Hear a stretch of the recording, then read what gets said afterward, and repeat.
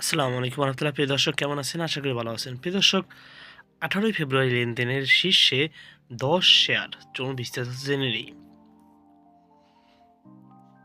প্রিয় দর্শক, সপ্তাহের তৃতীয় কার্যদিবস মঙ্গলবার 18ই ফেব্রুয়ারি প্রধান শেয়ার বাজার ঢাকা স্টক এক্সচেঞ্জে ডিএসই লেনদেনের শীর্ষে উঠে এসেছে রবি আজিয়াটা। আজ কোম্পানিটির 32 কোটি 43 লাখ 21 হাজার টাকার শেয়ার লেনদেন হয়েছে। ডিএসই সূত্রে এই তথ্য জানা গেছে। লেনদেনের শীর্ষে তালিকায় দ্বিতীয় স্থানে উঠে এসেছে ওরিয়ন ইনফিউশন। কোম্পানির শেয়ার লেনদেন হয়েছে 22 কোটি 16 লাখ 28 হাজার টাকার। 19 কোটি 68 লাখ 88 হাজার টাকার শেয়ার লেনদেনের নিয়ে শীর্ষ তালিকায় তৃতীয় স্থানে উঠে এসেছে সানলাইফ ইন্স্যুরেন্স।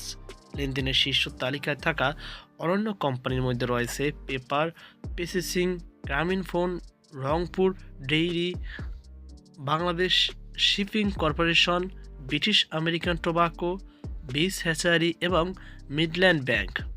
তো প্রিয় দর্শক, এই ছিল আমাদের সর্বশেষ আপডেট। সকল বার্তা পর্যন্ত আল্লাহ হাফেজ।